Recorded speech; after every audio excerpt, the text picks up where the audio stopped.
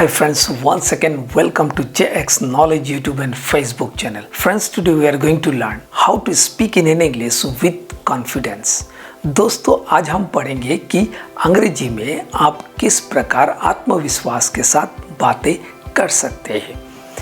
क्योंकि दोस्तों, हर कोई अंग्रेजी सीखना चाहता है, लेकिन अंग्रेजी को सही रीति से बोलेंगे तभी तो आपका अंग्रेजी पूरा होगा, तभी तो आप किसी के साथ वार्तालाप कर पाएंगे।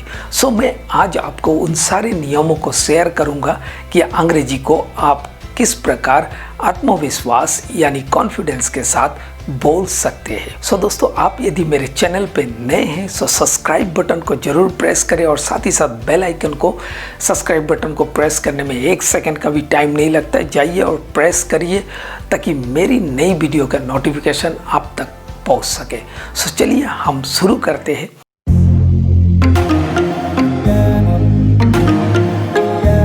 पहली बात दोस्तों, जब हम अंग्रेजी को सीखते हैं सो हम क्या करते हैं कि कई सारे हम बुक्स को खरीदेंगे और ख़रीद के उसको पढ़ने का प्रयास करेंगे। हम पहले तो 1-2 चैप्टर बड़ी आराम से पढ़ लेते हैं, लेकिन जब धीरे धीरे हम आगे बढ़ते हैं हमारे लिए वो कठिनाई बढ़ते जाता है, नई नई शब्दों आने लगता है। जब नई नई शब्दों आने लगता है तो हम क्या करते हैं, तो धीरे धीरे इंग्लिश सीखना बंद कर देते हैं। बड़ा सा एक टेंस का चार्ट लेंगे, उसको आप बहुत अच्छे से उसको याद करेंगे, उसको पढ़ेंगे, समझने का प्रयास करेंगे, बाद में वो भी समझ में नहीं आता है।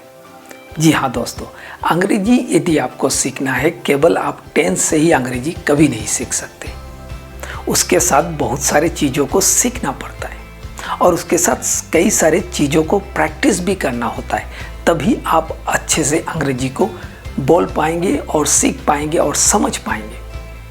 दोस्तों देखिए, अंग्रेजी सीखने के लिए पहली जो नियम होगा मैं उनके लिए बता रहा हूँ जो अंग्रेजी अभी सीखना चाहते हैं और वो अपने अंग्रेजी का यात्रा शुरू करना चाहते हैं। बहुत ही अच्छी बात है कि आपने निर्णय लिया है कि आप इस भाषा को सीखेंगे।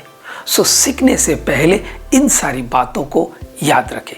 पहली नंबर, आपको वर्ब का जानकारी होना चाहिए, यानी क्रिया। जब तक आपके पास क्रिया का जानकारी नहीं होगा तब तक आप अंग्रेजी आगे ढंग से बोल नहीं पाएंगे। सो क्रिया सीखना शुरू कर दीजिए।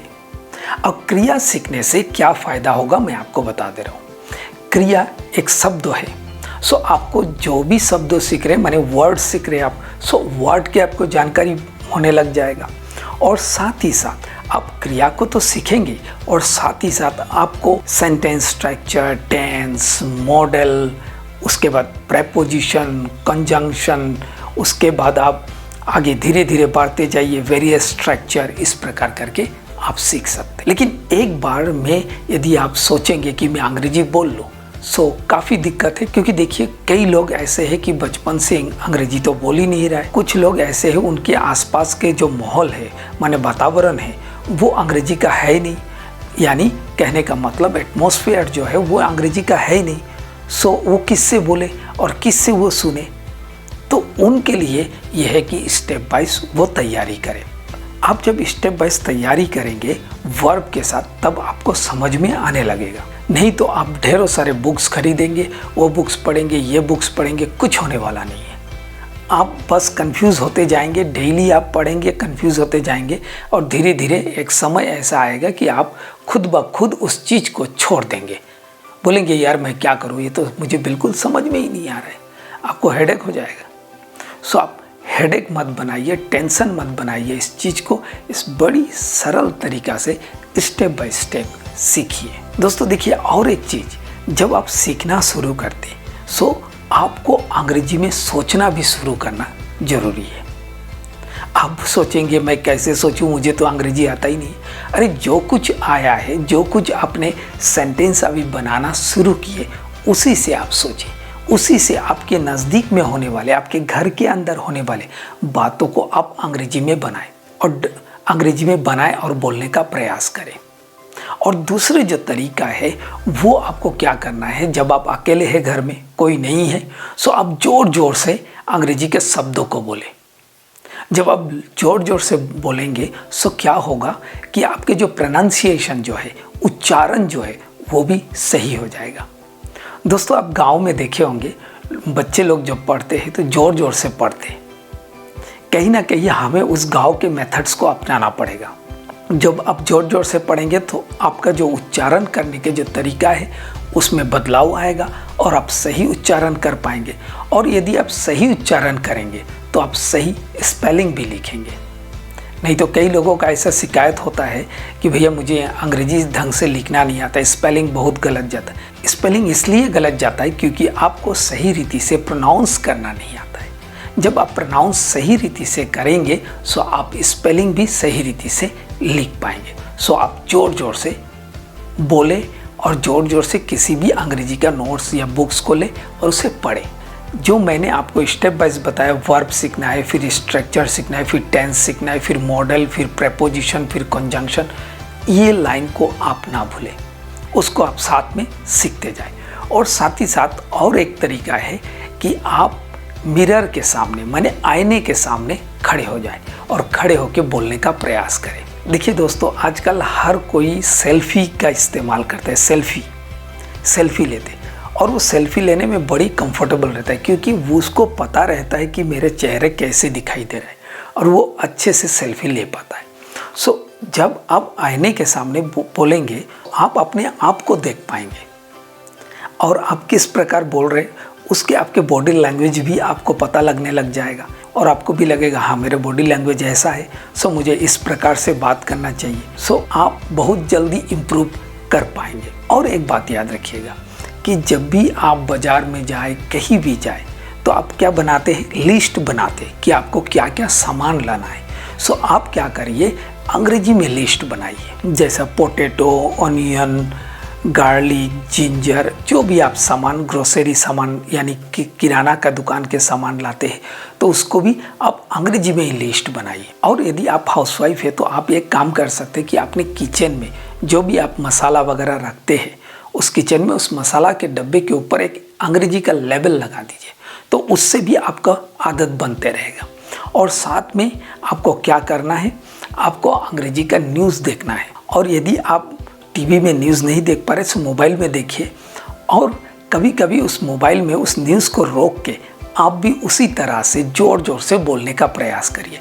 इससे आपका बहुत ही फ़ायदा होगा। और आप सबटाइटल वाले मूवी देख सकते हैं, उस मूवी के नीचे सबटाइटल रहता है, सो उसे भी आप पढ़ के अपने अंग्रेजी को इम्प्रूव कर सकते हैं और साथ में आपको अर्थ भी पता लगने लग जाएगा। सो मूवी को पूरा नहीं देखना है, थोड़े थोड़े करके 2 मिनट 5 मिनट करके आप धीरे धीरे आप उसका टाइम बढ़ाते जाइए। उस प्रकार से आप प्रैक्टिस करते जाइए। आप खुद ही देखेंगे कि धीरे धीरे आपके अंग्रेजी वार्तालाप में एक नई बदलाव आ रहा है। सो इस तरीक़ा से हमें अंग्रेजी को अपनाना चाहिए, सीखना चाहिए।